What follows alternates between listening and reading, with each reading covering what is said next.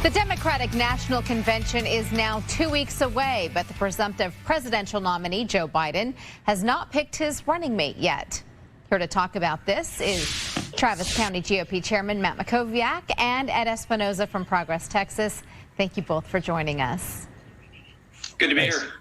Ed, early on, Biden committed to choosing a woman as his running mate. Who on his short list are standouts for a VP pick? Yeah, you know, the names that come up the most are Kamala Harris and Elizabeth Warren. We've seen a couple of other names recently, but the ones that we really hear the most are those two senators, as well as Susan Rice, the former UN ambassador and former national security advisor under Obama. I think all of them are strong picks. Look, the two from the U.S. Senate is kind of a reflection to where Biden came from. He has long-standing relationship with that institution. With Susan Rice, I think that she comes from the foreign relations community, the foreign policy community, also an area that Biden has a long-standing relationship with.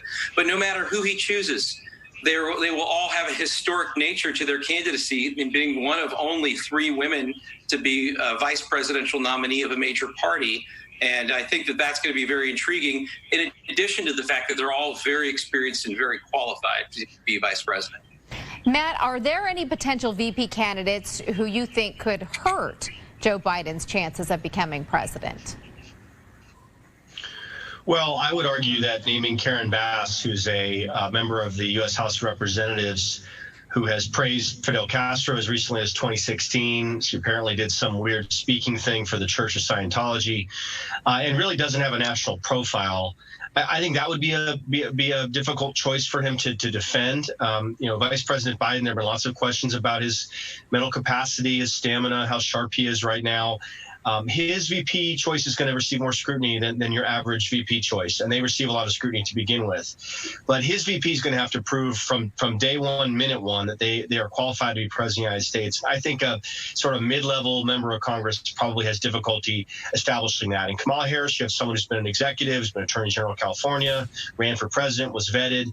Elizabeth Warren's been a national figure, ran for president. Susan Rice has been in the White House Situation Room making difficult decisions, served as U.S. ambassador to the UN. I disagree with those Democratic women as in terms of their ideology and their views, but I don't believe that you can make the argument they're not credible.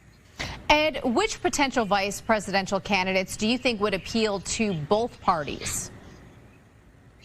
Well, look, it's tough in this polarized environment to say who will appeal to both parties. But I think if you want to reframe the question to who would appeal to people who aren't committed to one party or the other, you know, I think any of the 3 that I mentioned earlier would be appealing to that audience. You know, as Matt mentioned, both Kamala Harris and Elizabeth Warren have been vetted. Susan Rice has policy credentials that are just sterling. The fact that she has been a UN ambassador, that she was a national security administrator, you know, these things are very credible for this position, especially when you're talking about somebody who can step in day one. And here's what you don't want with a vice president. You don't want anyone that's going to undermine the ticket. And you rarely have that. And even when you do, you know, if Dan Quayle couldn't sink a ticket, nobody can. But in this case, you really have a strong pool of contenders.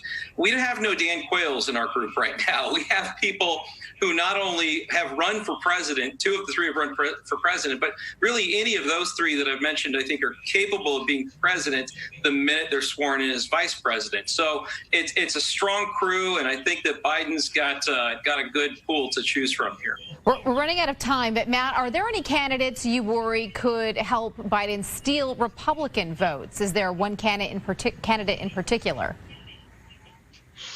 Not really in this group.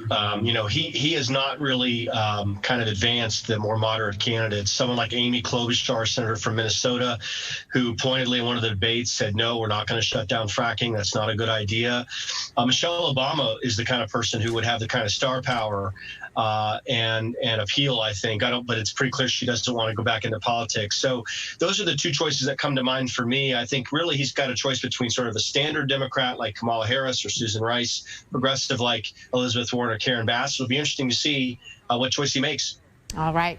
Matt, Ed, thank you both for sharing your perspectives with us tonight.